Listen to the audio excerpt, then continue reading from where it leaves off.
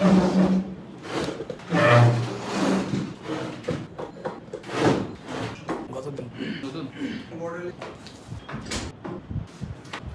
কিছু গুরুত্বপূর্ণ অঙ্গাণু নিয়ে আলোচনা করব। এখানে সাইটোপ্লাজমের যে অঙ্গাণুগুলো থাকে তাদেরকে কি বলা হয়? সাইটোপ্লাজমের যে অঙ্গাণুগুলো থাকে তাদেরকে কি বলা হয়? সাইটোপ্লাজম কি বলা হয়? আর পরে যারা আসবেন তারা হচ্ছে রাতে ছবি দেওয়া হবে গ্রুপে তুলে। এখন বড় লক্ষণ অনলাইন লেখা থেকে আপলোড দেওয়া।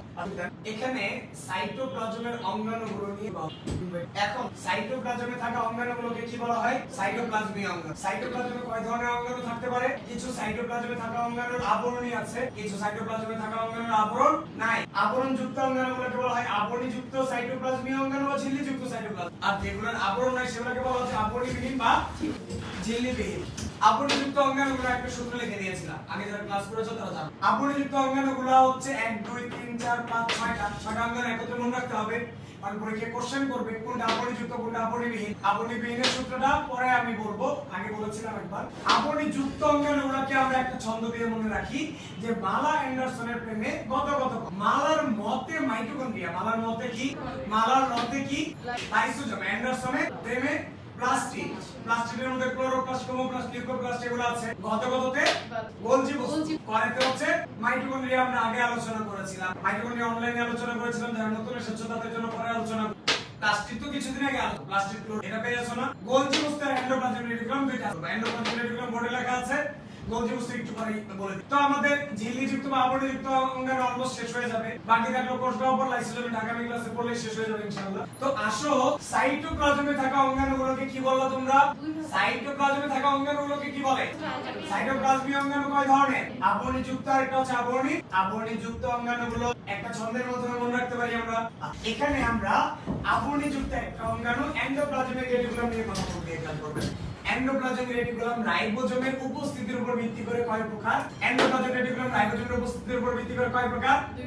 আমি একটা কথা বলে দেই, আমি এন্ডোপ্লাজমিক রেটিকুলামকে সংক্ষেপে ইআর লিখেছি। তোমরা কখনোই যদিও এখন শর্টকাটের জন্য লিখেছো, কিন্তু লিখে রাখো ER is equal to endoplasmic reticulum পুরোটা, ঠিক আছে? পরীক্ষা হলে এটা শর্টকাট করবা না, আমি শর্টকাট করেছি, আমার হচ্ছে দ্রুত লেখা। তোমরা পরীক্ষা হলে শর্টকাট করবা না, তাহলে রাগ করবে। তাহলে রাইবোজোমের উপস্থিতির উপর ভিত্তি করে এন্ডোপ্লাজমিক রেটিকুলাম কয় প্রকার?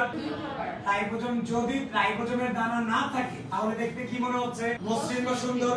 আর যেটা গায়ে রাইবোজোমের দানা আছে সেটা দেখতে কি মনে হচ্ছে? অমসৃণ বা রাফ। কিছুদিন পরে ধরো মার্চ 30-31 তারিখে স্কুল খুলে গেল, বৃষ্টি পড়া শুরু করলো, বর্ষাকাল আসলো।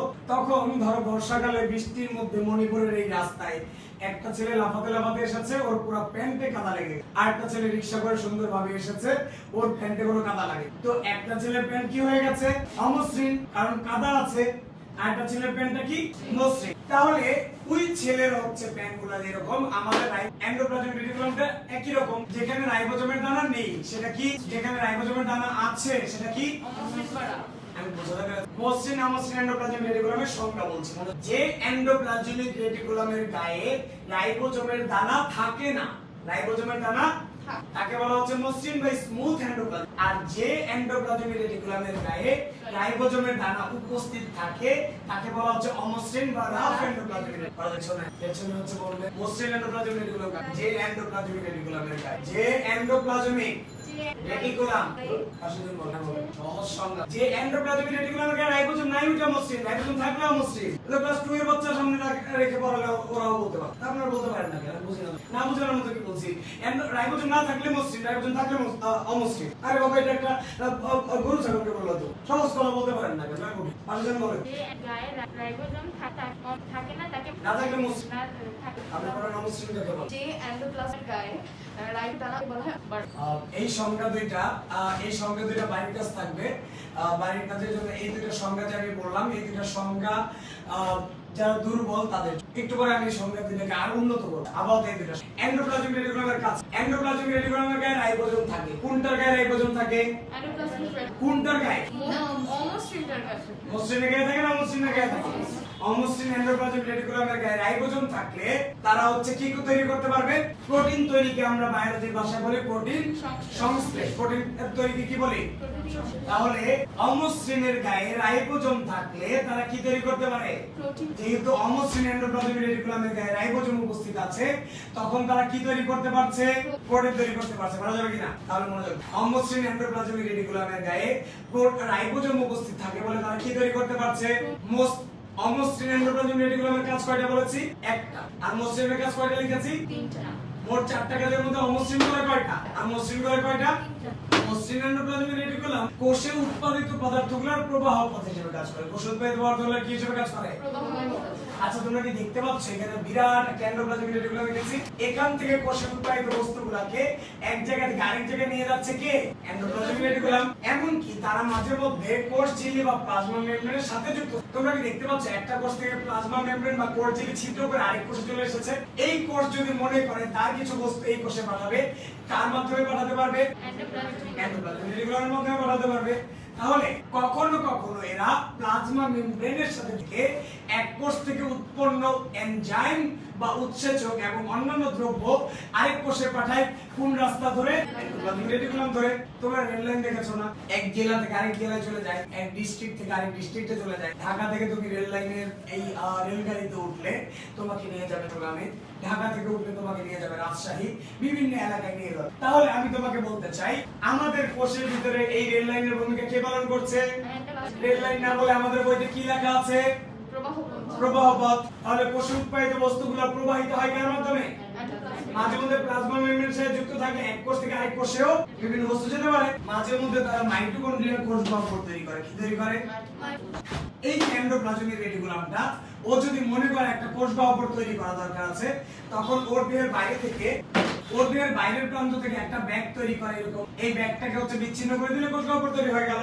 যদি এন্ডোপ্লাজমিক রেটিকুলাম মনে করে মাইটোকন্ড্রিয়া তৈরি করবে, মাইটোকন্ড্রিয়া কি কাজ করে? মাইটোকন্ড্রিয়া কি কাজ করে? মাইটোকন্ড্রিয়া কি কাজ করে আমাদের দেহে? মাইটোকন্ড্রিয়া আমাদের দেহে শক্তি উৎপাদনে সাহায্য করে। কি কাজ করে?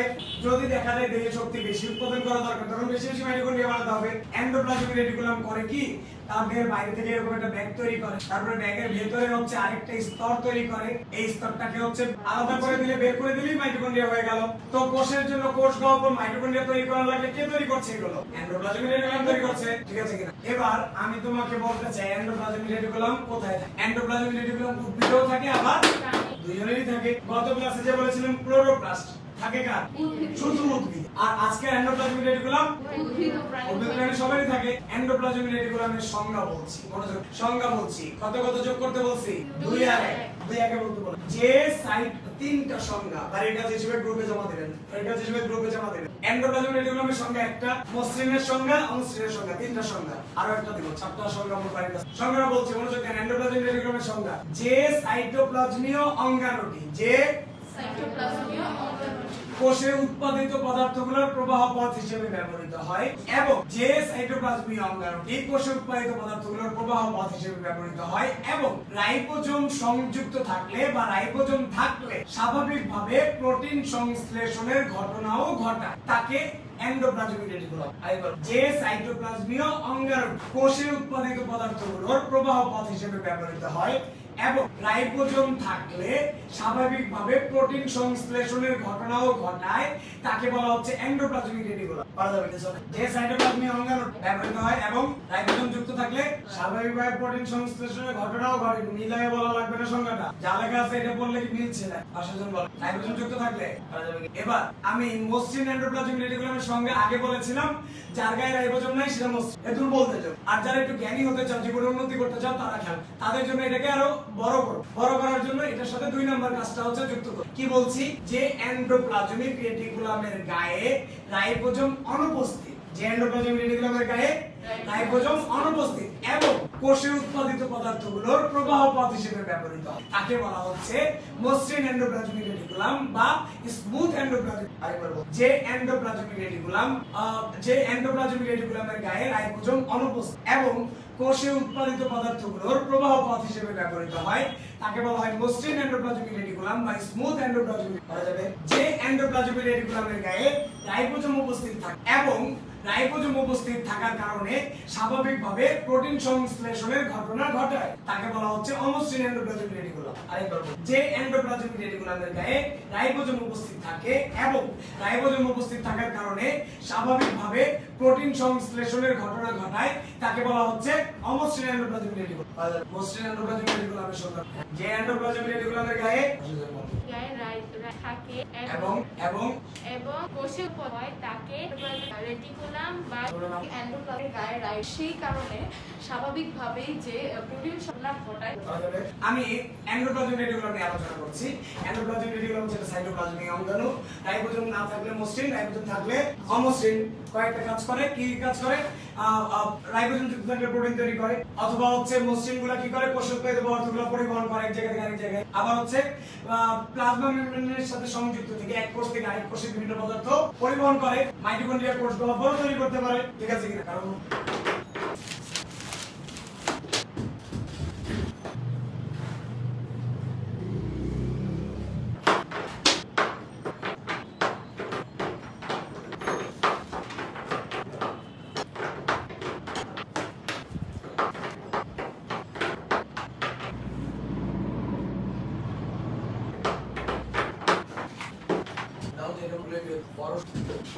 মোট 4টা ভ্যারিয়েবল থাকবে, গ্রুপে জমা দিবেন। একটা হচ্ছে এন্ডোপ্লাজমিক রেটিকুলাম কাকে বলে, মসৃণ এন্ডোপ্লাজমিক রেটিকুলাম কাকে বলে, অমসৃণ এন্ডোপ্লাজমিক রেটিকুলাম কাকে বলে, আর হচ্ছে গোলজি বস্তু কাকে। মোট 4টা ভ্যারিয়েবল থাকবে।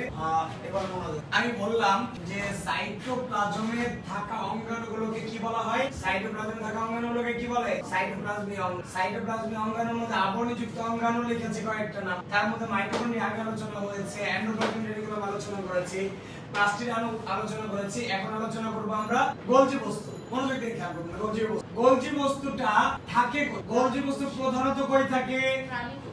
প্রধানত প্রাণী কোষে। উদ্ভিদ কোষে কি থাকে না? একদমই থাকে, তবে হচ্ছে বেশি থাকে প্রাণী কোষে, সেটা বোঝা। অনেক উদ্ভিদ কোষেও গোলজি বস্তু থাকে, কিন্তু প্রাণী কোষে থাকে প্রধানত বা বেশিরভাগ, ঠিক আছে? তাহলে গোলজি বস্তু অবস্থান প্রধানত কই থাকে? তবে উদ্ভিদ কোষেও থাকতে পারে, গেল সেটা। এবার গোলজি বস্তুর গঠনে কি দেখতে পাও? দেখো তো, গোলজি বস্তুর গঠনে চিত্রের মধ্যে আমরা দেখতে পাচ্ছি কিছু নল আছে অথবা কিছু গোলাকৃতির বস্তু আছে। কিছু নলের মতো বস্তু আর কিছু নলের মতো বস্তুগুলোকে বলে সিস্টার্নি। নলের মতো বস্তুগুলোকে কি বলে? গোল গোল বস্তুগুলোকে কি বলে? ভেসিকল। গোল গোল বস্তুগুলোকে কি বলে? গোলগুলোর মধ্যে যেগুলো ছোট গোল সেগুলোকে বলে, যেগুলো বড় গোল সেগুলোকে কি বলে? ছোট গোলগুলো কার মাথায় আছে? সিস্টার্নির মাথায় আছে। ছোট গোলগুলো কার মাথায় আছে? সিস্টার্নির মাথায়। আর বড় বড় গোলগুলো আলাদা আলাদা, ঠিক আছে কিনা? তাহলে গোলজি বস্তুর সংজ্ঞা দুর্বলদের জন্য বলছি, মনোযোগ দিবেন। গোলজি বস্তুর সংজ্ঞা দুর্বলদের জন্য, যে সাইটোপ্লাজমীয় অঙ্গাণু, যে সাইটোপ্লাজমীয় অঙ্গাণু সিস্টার্নি এবং কয়েক ধরনের ভেসিকল নিয়ে, যে সাইটোপ্লাজমীয় অঙ্গাণুটি সিস্টার্নি এবং কয়েক ধরনের ভেসিকল নিয়ে গঠিত তাকে বলা হচ্ছে গোলজি বস্তু বা গোলজি বডি। দুর্বলদের। এবার যারা জ্ঞানী হতে চাও, জীবনে উন্নতি করতে চাও, তাদের জন্য সংজ্ঞাটা একটু বড়। যে সাইটোপ্লাজমীয় অঙ্গাণু নলের মতো সিস্টার্নি, কিসের মতো সিস্টার্নি? নলের মতো সিস্টার্নি এবং কয়েক ধরনের গোলাকৃতির ভেসিকল নিয়ে, কয়েক ধরনের, যে সাইটোপ্লাজমীয় অঙ্গাণু নলের মতো সিস্টার্নি এবং কয়েক ধরনের গোলাকৃতির ভেসিকল নিয়ে গঠিত তাকে বলা হচ্ছে গোলজি বস্তু বা গোলজি বস্তু। যে সাইটোপ্লাজমীয় অঙ্গাণুটি নলের মতো সিস্টার্নি এবং কয়েক ধরনের গোলাকৃতির, যে সাইটোপ্লাজমীয় অঙ্গাণুটি, যে সাইটোপ্লাজমীয় অঙ্গাণুটি নলের মতো সিস্টার্নি এবং কয়েক ধরনের গোলাকৃতির ভেসিকল নিয়ে গঠিত তাকে কি বলা হচ্ছে? হয়ে গেল। এটা ছোট বলে তার সুন্দর। তাহলে যে সাইটোপ্লাজমীয় অঙ্গাণুটি নলের মতো সিস্টার্নি এবং কয়েক ধরনের গোলাকৃতি নিয়ে গঠিত তাকে কি বলা হচ্ছে? গোলজি বস্তুর কাজ। 4টা সংজ্ঞা বাইরে কাজ করে গ্রুপে জমা দিবেন। গোলজি বস্তুর হচ্ছে গুরুত্ব বা কাজ বলছি আমি। গোলজি বস্তুর পর্দায় কোথায় কাজ হচ্ছে? পর্দায় মানে আবরণের উপরে। পর্দায় কি কাজ হচ্ছে? পর্দায় মানে এই আবরণের গায়ে কি কাজ হচ্ছে? গোলজি বস্তুর পর্দায় উৎসেচকের ইংলিশ কি? এনজাইম বলে ভালো বোঝা যায় না? এনজাইম। উৎসেচকের এনজাইমের কি ঘটে? পানি বিয়োগ ঘটে। মানে কি হয়? পানি বিয়োজনকে -H2O লিখলাম। এনজাইম থেকে পানি বিয়োগ হয়। এনজাইম থেকে কি বিয়োগ হয়?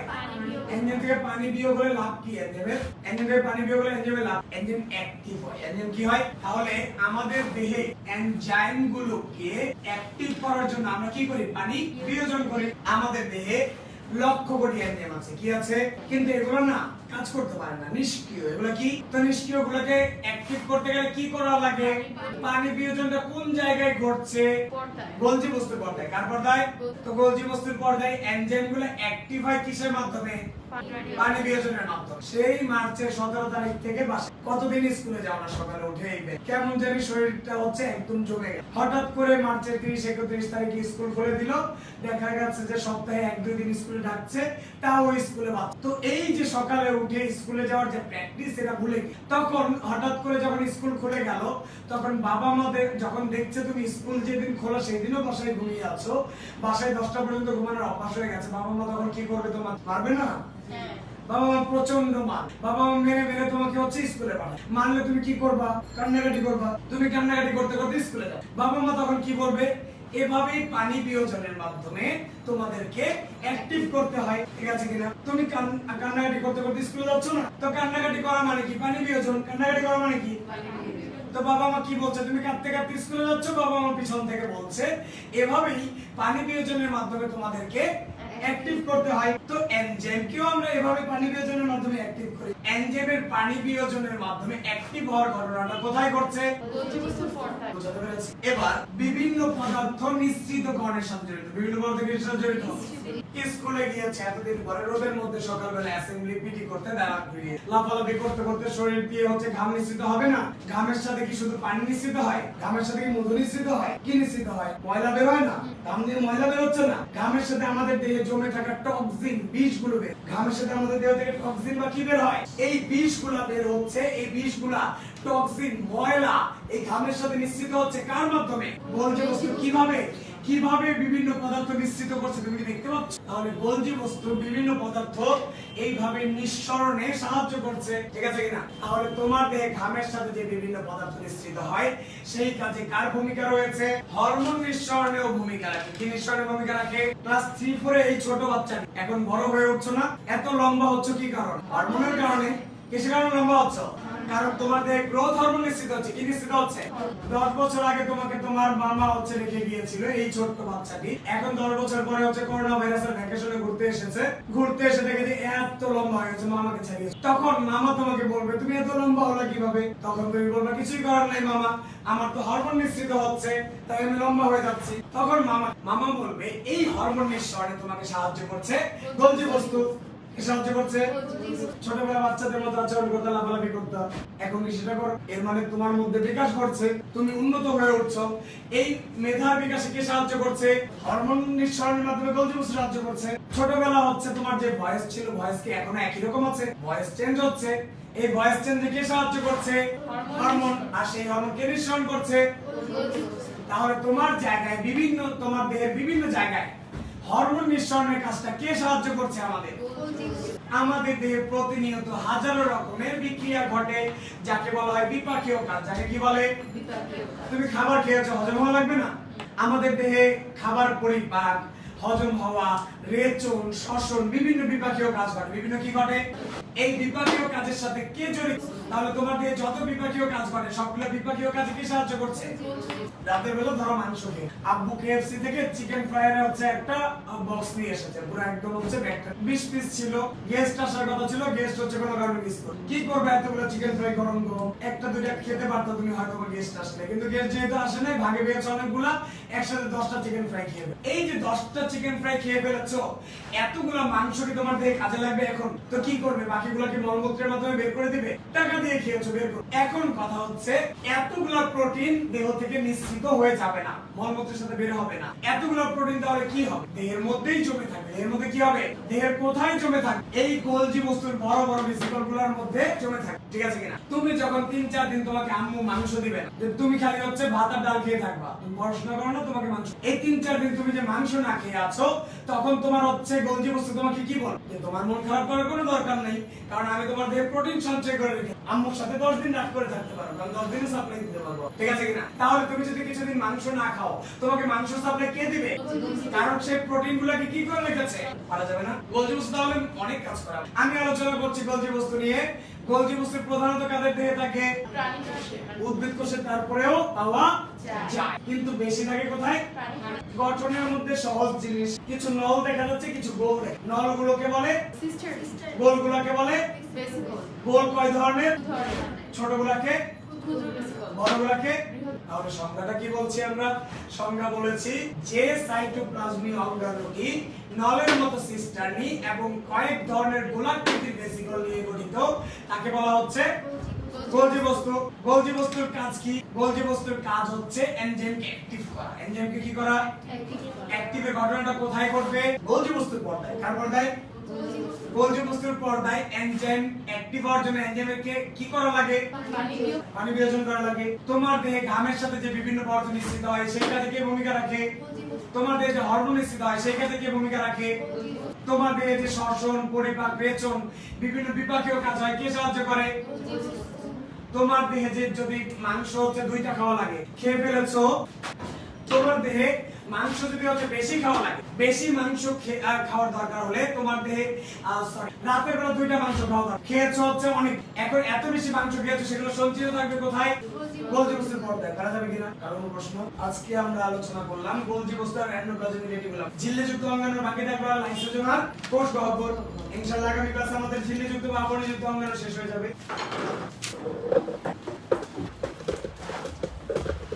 আচ্ছা, এখানে কিম সৃষ্টি আইডি থেকে প্রশ্ন করেছে যে লিভারে যে খাদ্যগুলো জমে থাকে, মানে লিভারে খাদ্য জমা থাকে, ও প্রশ্নগুলো যে লিভারে খাদ্য জমা থাকে তাহলে সেটাকে আমরা ভুল জানি কিনা। লিভারের কোথায় জমা থাকে খাদ্যগুলো? লিভারের মধ্যে গোলজি বস্তুর মধ্যে খাদ্যটা জমা থাকে। মানে একজন প্রশ্ন করলো যে খাদ্যটা লিভারে জমে থাকে, এর আগে বলেছিলাম আমি, তো লিভারের কোথায় জমা থাকে? লিভারে গোলজি বস্তুর মধ্যে জমা থাকে। ঠিক আছে, এই একটা প্রশ্নই ছিল। ধন্যবাদ। ওয়ালাইকুম আসসালাম। ওয়ালাইকুম আসসালাম। কিম সৃষ্টি তুমি বুঝতে পারলে কমেন্টস করে জানাও। ওয়ালাইকুম আসসালাম। ওয়ালাইকুম আসসালাম। ওয়ালাইকুম আসসালাম। লিভারে মেইনলি খাদ্য জমা থাকে, অন্য কোষগুলোর গোলজি বডিও খাদ্য জমা করতে পারে, যেমন চোখের কোষ, আমাদের হচ্ছে দেহের কোষ, সবগুলোই খাদ্য জমা করতে পারে। দিলরুবা আক্তার যেটা বললাম, প্লাস্টিকটা রঙিন হয়, অন্য কোনো কিছু আর রঙিন থাকে না উদ্ভিদের দেহে। আর কিম সৃষ্টি যেটা বলছো যে অন্য কোষের গোলজি বডি কি করে, সব কোষের গোলজি বডি খাদ্য সঞ্চয় করে, কিন্তু গোলজি বডি প্রধানত থাকে হচ্ছে লিভারের মধ্যেই, যেখানে হচ্ছে খাদ্য মেইন বেশি সঞ্চয় করা দরকার। কিম সৃষ্টি তুমি বুঝতে পারলে কমেন্টস করে জানাও। কিম সৃষ্টি এখানে যেটা বলছে যে কাঠে কি প্লাস্টিক থাকে কিনা, কাঠে প্লাস্টিক থাকবে যখন কাঠ জীবন্ত থাকে, যখন কাঠ হচ্ছে কেটে নিয়ে আসা হয়েছে তখন তার প্লাস্টিকগুলো ধ্বংস হয়ে যায়। কিম সৃষ্টি বুঝতে পারলে কমেন্টস করে জানাও।